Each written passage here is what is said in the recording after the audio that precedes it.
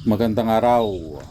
So ito yung ating bonsai na Kalios or tinatawag nating Stribulus asper sa kanyang scientific name. So kailangan na nating itong gupitan. Kung mapapansin nyo, nandun lang tayo sa tuktok ng gugupit dahil sa parting baba ito pa ay pinapalaki nating sanga. Yan. So gupit-gupit lang hanggang ito ay magupitan lahat. So ito ay malapit na itong matapos dahil yung ibang part ay buo na, katulad ng kanyang apex or yung tinatawag nating ulo. Yan. So nag-start tayo sa paggugupit doon sa parting taas, pababa ng pababa.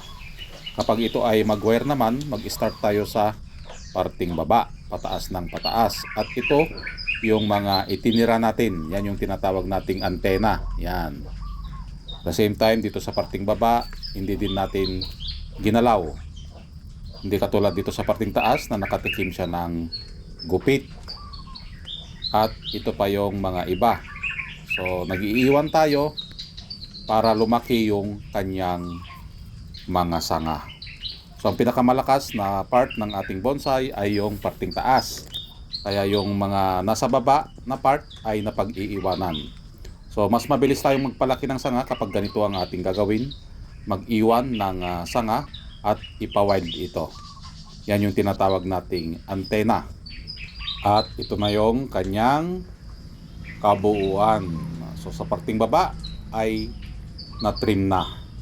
Mag-focus na lang tayo sa parting taas dahil ito pa ay hindi buo. At sa parting baba naman, ito ang ating makikita para kang nandun sa ilalim ng malaking puno. Yan. So malaking effect yung mga may moss sa parting baba. Abangan natin ito hanggang ito ay matapos. Dahil ang bonsai matagal na proseso. Yan, katulad niyan sa parting taas ay buo na. So nakapokus na lang tayo sa parting baba na sanga.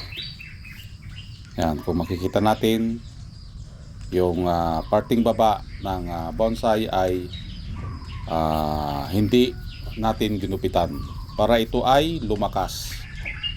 Yan, ito yung kanyang kabuuan. Thank you for watching.